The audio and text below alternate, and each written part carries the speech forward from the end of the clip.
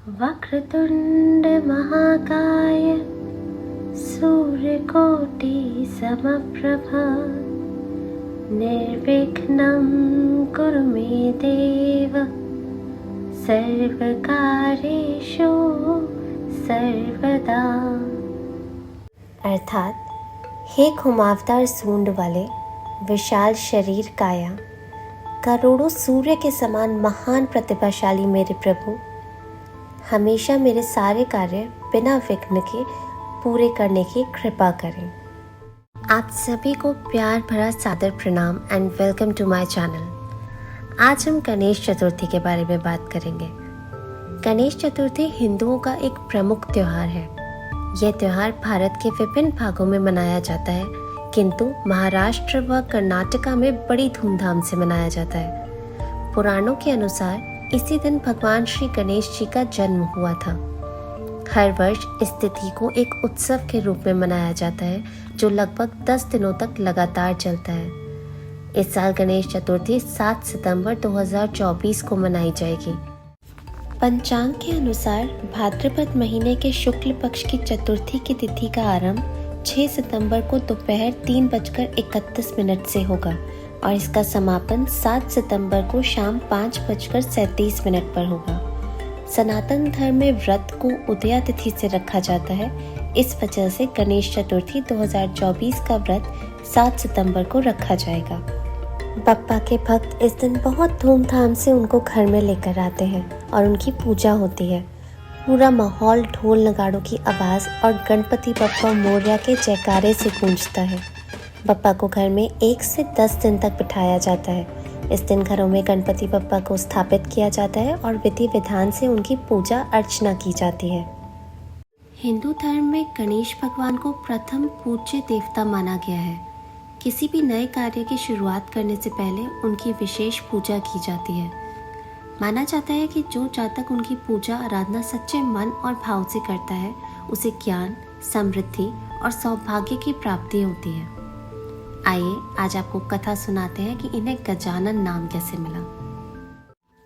पौराणिक कथाओं के अनुसार एक बार की बात है जब माता पार्वती को स्नान करने जाना था और पहरे पर उन्होंने नंदी बैल को बिठाया और उन्हें आदेश दिया कि जब तक वह स्वयं ना कहे कोई भी अंदर ना आए। कुछ समय बाद महादेव वहां आए। नंदी, जो महादेव के परम भक्त माने जाते हैं, महादेव को अंदर जाने से रोकने का साहस नहीं जुटा पाए। जब माता पार्वती ने महादेव को अंदर देखा तो वे नाराज हो गईं, क्योंकि नंदी ने उनकी आज्ञा का उल्लंघन किया था। इस पर महादेव ने हंसते हुए माता को समझाया कि नंदी बहुत ही भोला और नासमझ है और यह आदेश दूसरों के लिए था, ना कि उनके लिए, इसलिए उन्हें इतना गुस्सा नहीं होना चाहिए। यह कहकर महादेव वहां से चले गए, परंतु माता का गुस्सा शांत नहीं हुआ। अगले दिन जब माँ पार्वती को स्नान करने जाना था, तब उन्होंने जो उपटन लगाया था उस उपटन से एक पुत्र बनाया, जिसको विनायक नाम दिया। पार्वती ने उससे कहा, हे पुत्र, मैं भीतर जाकर स्नान कर रही हूँ। जब तक मैं स्नान ना कर लूँ तब तक तुम किसी भी पुरुष को अंदर मत आने देना। कुछ समय बाद जब भगवान शिव जी आए तो गणेश जी ने उन्हें द्वार पर रोक लिया। इससे शिव जी ने अपना अपमान समझा और वे बहुत क्रोधित हो गए। शिव जी को गुस्से में देखकर उनके गण वहां आ गए और उन्होंने उस बालक को खूब समझाने का प्रयास किया कि वह द्वार से हट जाए।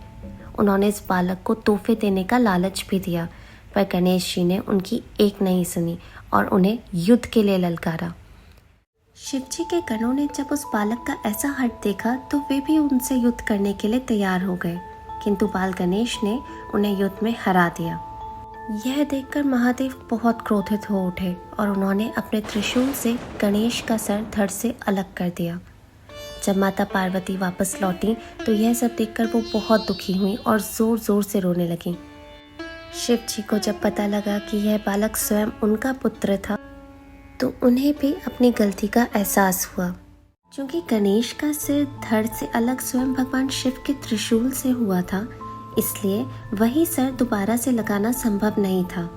तत्पश्चात भगवान शिव ने अपने गणों को बुलाया और उन्हें आदेश दिया कि जाओ और उत्तर दिशा में जो सबसे पहला बालक दिखे उसका सिर ले आना। पार्वती माता की ऐसी दशा देखकर वे नहीं चाहते थे कि कोई अन्य माँ भी इस दुख से पीड़ित हो, इसलिए उन्होंने गणों को विशेष निर्देश दिया कि कोई ऐसे बालक का ही सर लाए जिसकी माँ उसकी तरफ पीट करके सोई हो। और यही कारण है जहाँ आपने भी अपने बुजुर्गों को कहते हुए सुना होगा कि माँ को अपने बालक की तरफ पीट करके नहीं सोना चाहिए। शिव जी के आदेश का पालन करते हुए उनके गण उत्तर दिशा में प्रस्थान करते हैं और एक जंगल में पहुंच जाते हैं। वहां पहुंच ढूंढने पर उन्हें दिखता है कि एक हाथी का बालक है जिसकी माँ उसकी तरफ पीट करके सोई है, और वे उस बालक का सिर काटकर शिव जी को लाकर दे देते हैं और भगवान शिव गणेश जी को हाथी का सिर लगाकर जीवित कर देते हैं। गणेश को पुनः जीवित देखकर माँ पार्वती बहुत प्रसन्न हो जाती हैं। इसके उपरांत ब्रह्मा जी गणेश जी को वरदान देते हैं कि यह अद्भुत बालक पृथ्वीवासियों का कल्याण करेगा और युगों युगों तक इनकी पूजा पृथ्वी पर होती रहेगी। भगवान विष्णु भी उन्हें वरदान देते हैं कि गणेश को विद्या और बुद्धि के दाता माना जाएगा और हर घर और मंदिर में इनकी स्थापना की जाएगी। माता लक्ष्मी भी गणेश जी को आशीर्वाद देती हैं कि वे किसी भी प्राणी द्वारा की गई प्रार्थना तभी स्वीकार करेंगी जब पहले गणेश जी की पूजा की जाएगी। तो इस तरह गणेश को एक गज यानी हाथी का मुख मिलने की वजह से इनका एक नाम गजानन भी पड़ा।